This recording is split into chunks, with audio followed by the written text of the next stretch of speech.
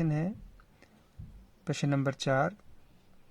आकृति में यदि पी क्यू और एस टी समांतर रेखाएं हैं तथा कोण पी क्यू आर 110 डिग्री और कोण आर एस टी 130 डिग्री है तो कोण क्यू आर एस ज्ञात कीजिए। आइए देखते हैं आकृति क्या है। आपको कहा है जो पी क्यू है, रेखा पी क्यू है,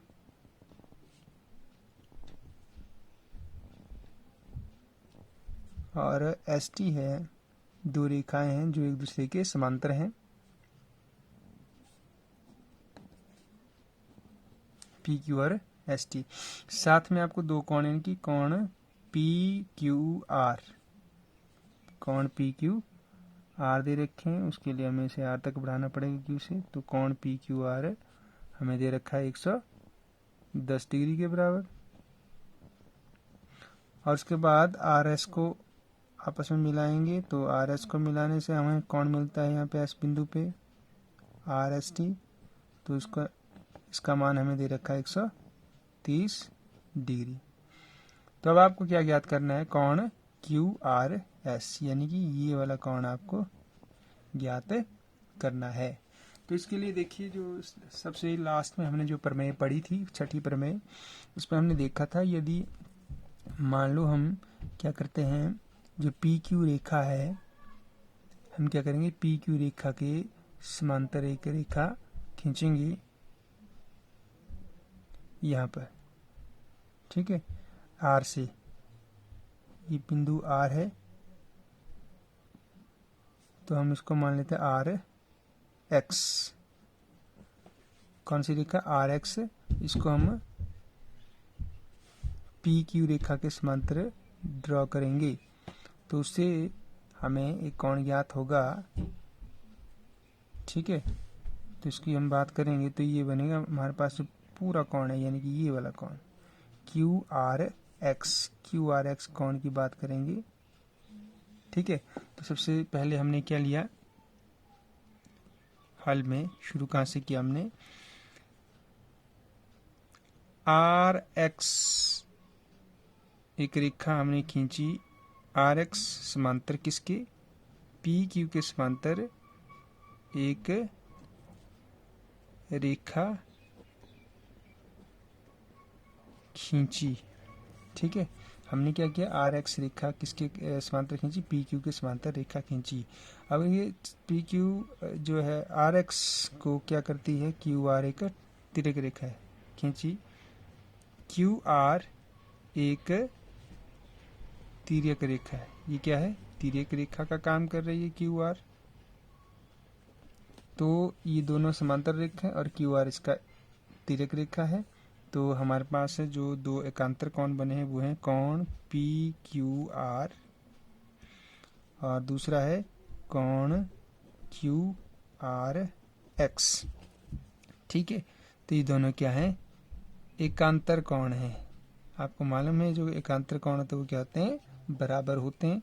तो यहाँ से अगर कोण पी क्यू आर का मान भरे हम 110 डिग्री बराबर है कोण क्यू आर एक्स के बराबर है, यानी कि कोण क्यू आर एक्स जो है हमारे पास 110 डिग्री के बराबर हमें ज्ञात हुआ। तो क्यू आर एक्स की हम बात करें, हम इसको समीकरण 1 मान लेते हैं। इसके बाद हम आगे बढ़ेंगे कोण R S R S T के साथ। तो आर एस टी की बात करेंगे,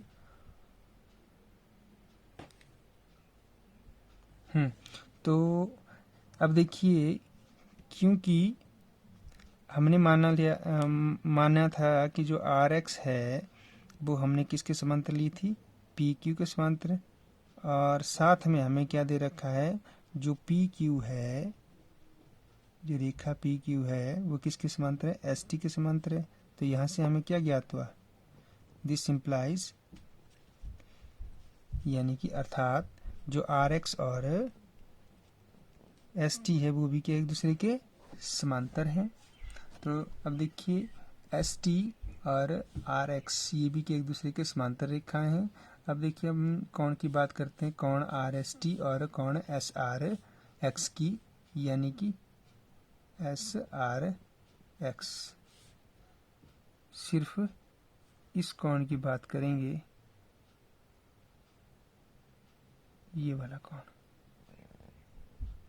ठीक है, ये वाला कोण यहाँ से यहाँ तक, ठीक है, यहाँ से यहाँ तक।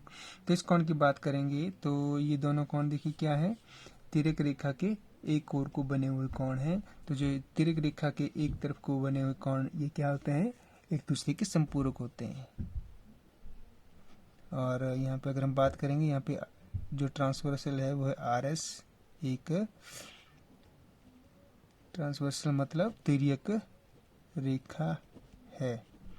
तो आपको चैप्टर ही है, दो समांतर रेखा और एक तिर्यक रेखा का ही है, तो ये तो हमेशा ही यहाँ पे दिए होंगे। तो अब यहाँ पे जो कोण RST और अच्छा दूसरा कोण है कोण बिंदु R पे बना SRX, ये दोनों क्या है, संपूरक कोण है, 180 डिग्री के बराबर है, यानी कि इनका योग। तो ये क्या है, तिर्यक रेखा के जो तिर्यक रेखा का नाम भी दे देता हूं मैं, तिर्यक रेखा कौन सी है यहाँ पे, RS, तिर्यक रेखा RS के एक ओर बने कोण।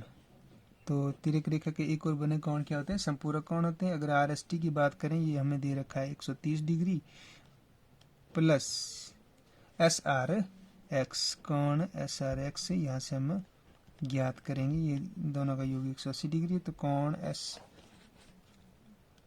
SRX किसके बराबर हुआ, 180 डिग्री माइनस 130 डिग्री, यानी कि 50 डिग्री के बराबर हमें यहाँ से ज्ञात हुए। तो इसके बाद अगर हम इससे आगे करें तो एक कोण हमारे पास आ गया SRX, हमने ज्ञात किया इतना, इसको हम समीकरण 2 मान लेते हैं। QRX हमने निकाला है 110 डिग्री। तो अब देखते हैं हमें क्या निकालना है, QRS, ये छोटे वाला कोण। अब देखिए हम QRS कैसे याद करेंगे। अब देखो जो कोण QRX है,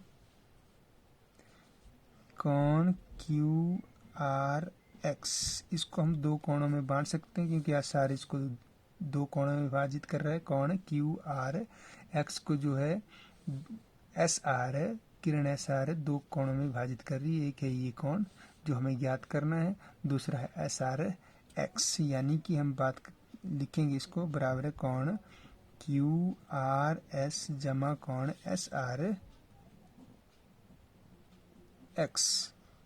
के बराबर है, ठीक है। अब QRX हमने ज्ञात किया यहाँ पे समीकरण 1 में, ये है 110 डिग्री के बराबर है QRS हमें ज्ञात करना है, जमा SRX देखिए यहाँ समीकरण 2 में हमने ज्ञात किया है किसके बराबर, 50 डिग्री के बराबर।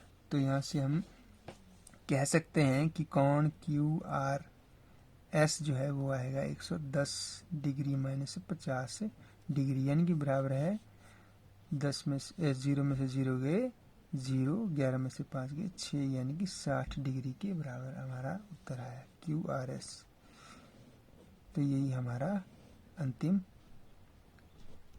प्रश्न था, QRS हमें ज्ञात करना था। हमारे पास वो है प्रश्न नंबर 5। तो इसमें देखते हैं क्या दिया है। देखिए आकृति में यदि ABCD रेखा के समांतर है, यानी कि AB और CD रेखा समांतर रेखाएं दी हैं, कॉमा कोण APQ बराबर है 50 डिग्री और कोण PRD 127 डिग्री है, तो x और y का मान ज्ञात कीजिए। अब देखिए दो रेखाएं दे रखी हैं AB और CD, और वो भी कैसी हैं, एक दूसरे के समानांतर है, यानी कि AB और जो CD रेखा है वो कैसी है, एक दूसरे के समानांतर रेखा दे रखी है, ठीक है। फिर उसके बाद एक त्रिभुज बनाया हुआ है, कैसे देखिए, बिंदु P दिया है, AB पर एक बिंदु P लिया हुआ है, और CD रेखा पर हमने दो बिंदु लिए हैं Q और R। वो भी किस तरह से लिए हैं, इस तरह से लिए हैं कि जो हमारे कोण, ये देखिए ए पी क्यू, यानी कि ए पी क्यू को हम मिला दें। पहले हम त्रिभुज पी क्यू आर बनाते हैं।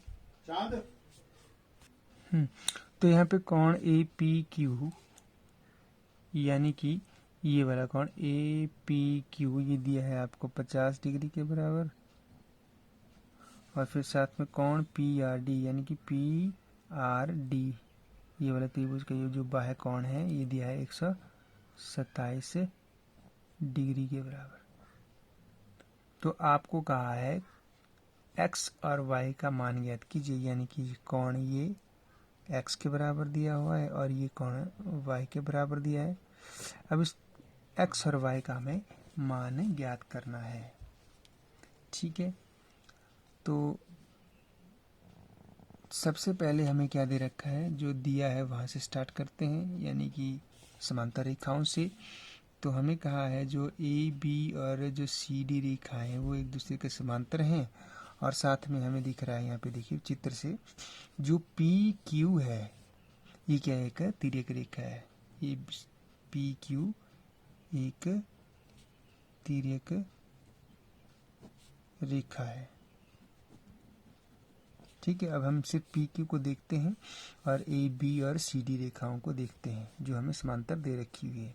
अभी यहाँ से हम देखते हैं जो कोण, ये वाला कोण ए पी क्यू है, यानी कि जो 50 डिग्री के बराबर दिया है, और कोण एक्स यानी कि पी क्यू आर है, ये दोनों क्या है, एक दूसरे के कैसे हैं, एकांतर कोण है ना, जो तिर्यक रेखा के विपरीत दिशा में बने होते हैं। विपरीत दिशा में और दो अलग अलग बिंदुओं पर बने होते हैं, इन्हें हम क्या कहते हैं, एकांतर कोण।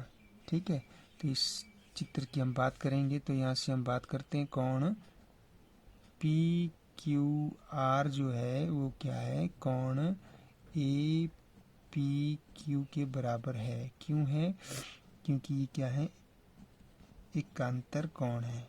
क्या है, एकांतर कोण है। तो एकांतर कोण है तो क्या होंगे, ये बराबर है। तो यहाँ से हमारे पास कोण पी क्यू आर जो हमें दिया है वो दिया है x है, यानी कि बराबर है कोण ए पी क्यू दिया हमें 50 डिग्री का। तो यहाँ से कोण x यानी कि x का मान हमें ज्ञात हुआ, इसको हम समीकरण 1 देंगे। अब हमें चाहिए y, तो y के लिए क्या करेंगे, सबसे पहले तो y हम सीधे सीधे तो ज्ञात कर नहीं सकते हैं।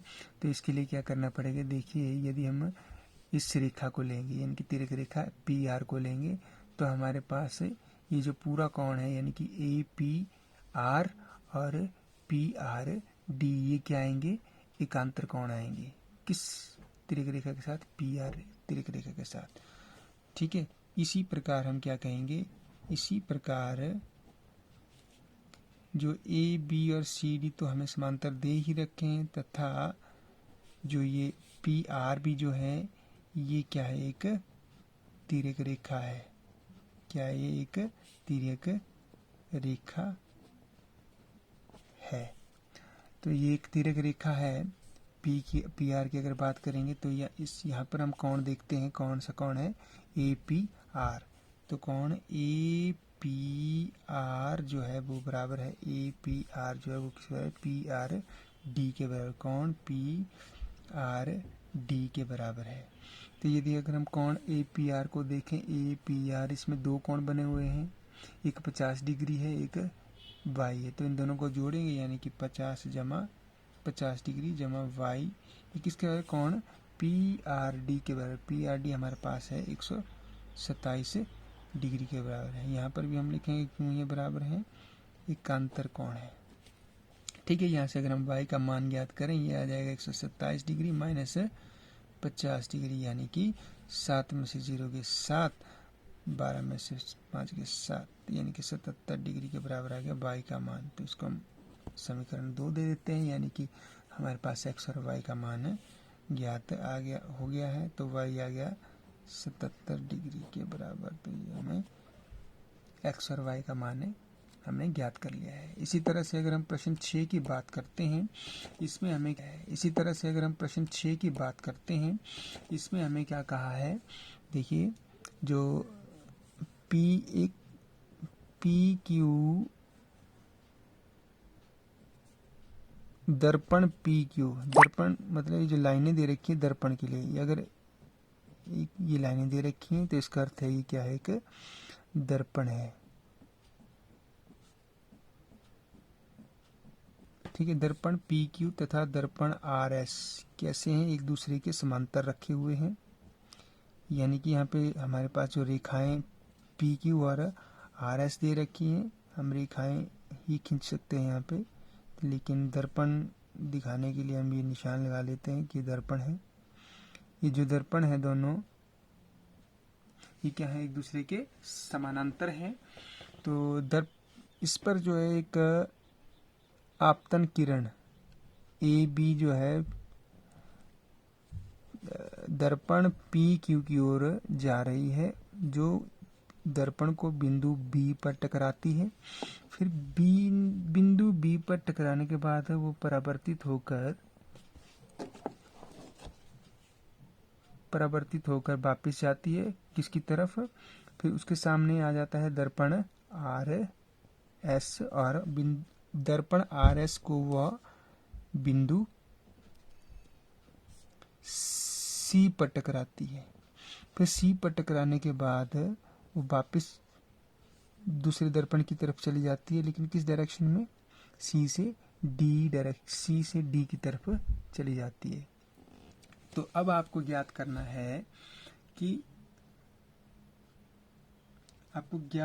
है इस प्रश्न में, हाँ, कि जो ए बी है, यानी कि जो आपतन किरण है ए बी, और दूसरी बार जो परावर्तित किरण है ये जो सी डी है, ये दोनों रेखाएं जो है ये क्या है, एक दूसरे के समानांतर होनी चाहिए। दोनों किरणें ए बी और किरण सी डी जो है एक दूसरे के समांतर होनी चाहिए। ठीक है, तो ये हमें ज्ञात करना है।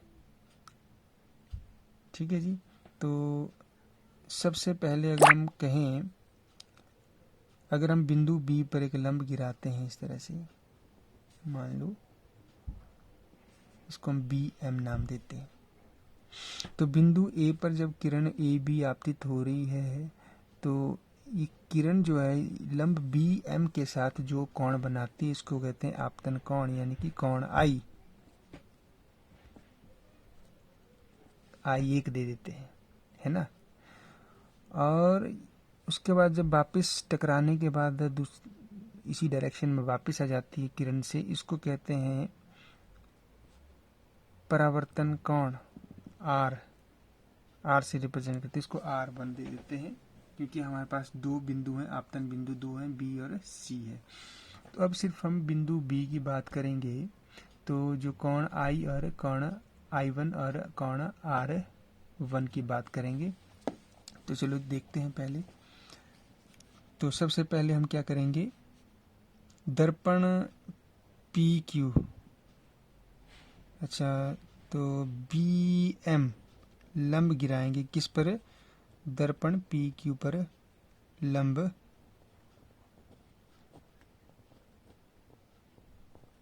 खींचा। ठीक है, बी एम लंब लिया हमने पी क्यू पर, तो बी एम जो लंब लिया हमने पी क्यू पर लिया।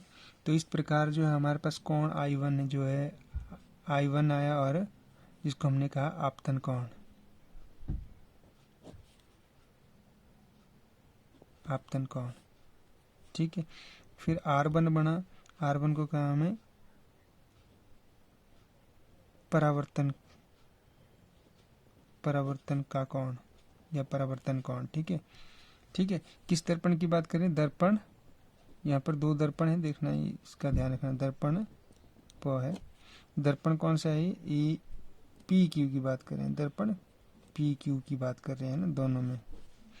तो दर्पण पी क्यू पर जो है हमारे पास आपतन कोण और परावर्तन कोण लिखे। तो यदि हम परावर्तन के नियम के अनुसार देखते हैं, तो परावर्तन का नियम क्या कहते हैं, परावर्तन के नियम के अनुसार तो क्या कहते हैं परावर्तन का नियम, तो कोण I1 और कोण R1 ये क्या होना चाहिए, बराबर होने चाहिए। ये क्या है, बराबर है। इसको हम समीकरण 1 मान सकते हैं। इसी प्रकार हम दूसरे दर्पण पर भी ऐसा ही कर सकते हैं। इसी प्रकार दर्पण कौन सा है, ये दर्पण RS पर भी हम बात करते हैं। हम लंब लेते हैं CN, बिंदु C पर हम लंब गिराते हैं CN, तो ये क्या है, एक लंब है यहाँ पे। तो इसी तरह से जो आपतन कोण है यहाँ पे BC, तो ये जो कोण बनाते हैं इस लंब के साथ, इसको हम आपतन कोण कहते हैं। मान लो ये I2 है और इसको हम बात करते हैं, ये हो गया R2। तो ये I2 है, ये R2 है। यहाँ से हम बात करें तो इसी प्रकार जो है आपतन परावर्तन के नियम के अनुसार जो I2 आएगा वो किसके बराबर आएगा, R2 के बराबर आएगा। तो समीकरण 2 है। ठीक है जी। समीकरण 1 और 2 से हम बात करें, देखें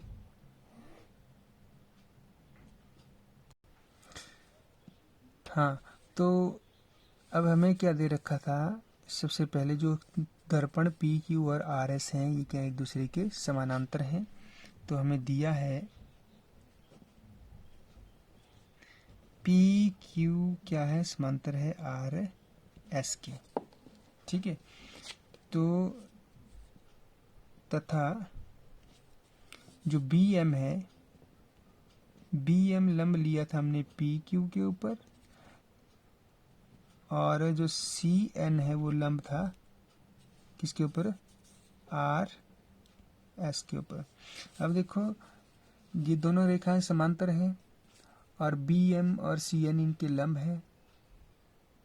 तो यदि ये दोनों समांतर हैं तो इनके लंब भी क्या होने चाहिए, एक दूसरे के समांतर होने चाहिए। यहाँ से क्या आएगा हमारे पास, जो BM है और CN है ये भी एक दूसरे के समानांतर हमें प्राप्त होंगे।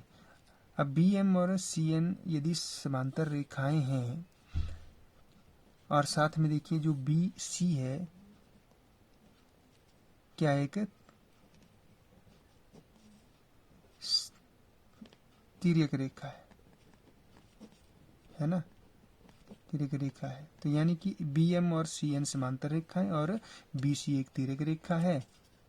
तो आपको ज्ञात है कि अगर ये तिर्यक रेखा और ये दोनों समांतर हैं तो ये जो इसके जो R1 और I2 है ये क्या हो जाएंगे, एकांतर कोण है। तो ये दोनों क्या हो जाएंगे, बराबर है। ठीक है, BM और CN ये दोनों क्या है, समांतर रेखाएं हैं, और BC क्या है, इसकी एक तिर्यक रेखा है।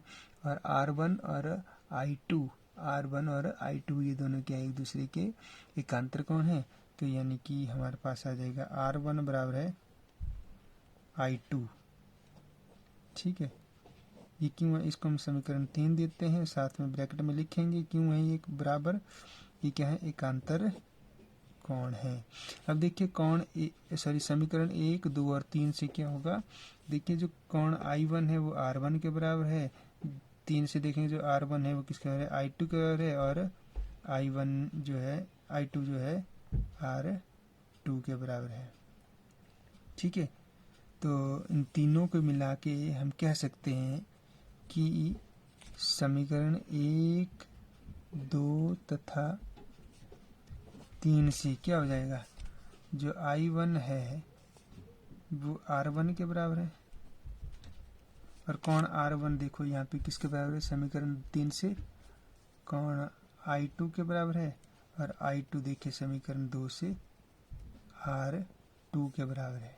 ठीक है, अब हमें क्या करना है, ज्ञात है कि ये दोनों हमें क्या करनी है, समांतर ज्ञात करनी है। तो इन दोनों की हम बात करें तो कोण हमें क्या ज्ञात करने पड़ेंगे, कोण ABC। कोण ABC की हम बात करें तो कोण ABC है I1 जमा R1 के बराबर। तो I1 और R1 हम देखें दोनों बराबर हैं, तो हम बात करें, मान लो I1 ही लिख देते हैं इनको, I1 जमा I1, तो ये आ गया हमारे पास 2I1। ठीक है, इसी तरह से अगर हम कोण BCD की बात करें, BCD, तो कोण BCD क्या है हमारे पास, बराबर है, यहाँ देखिए I2 जमा R2 के बराबर, यानी कि अगर यहाँ से हम देखें I2 और R1 किसके बराबर है? अगर हम देखें I1 के बराबर है, ये भी I1 के बराबर है, R2 जो है ये भी क्या है? I1 के बराबर है, यानी कि 2I1। तो यहाँ से हम देखते हैं तो कोण ABC और BCD क्या है? 2I1 दोनों बराबर हैं, तो इसको हम समीकरण 4 दे देते हैं और समीकरण 5। तो समीकरण 4 और 5 से हम क्या कह सकते हैं? समीकरण 4 तथा समीकरण 5 से क्या हो गया? कोण ABC बराबर है कोण BCD के। तो ये 20 कोण दोनों बराबर आ गए हैं, तथा साथ में क्या है देखिए, जो ये रेखाएं, इसका अर्थ क्या हो? ये एकांतर कोण है और बराबर हैं, तो अगर एकांतर कोण बराबर होते हैं तो जो रेखा AB और CD है वो क्या होगी? एक दूसरे के समांतर। ये देखिए कोण इन दोनों का योग ABC और कोण BCD ये क्या आ गए? बराबर आ गए। तो यानी कि ये दोनों रेखाएं भी क्या है? एक दूसरे के समांतर हैं। तो यहाँ से क्या, अर्थात रेखा AB जो और CD क्या है? समांतर है। धन्यवाद।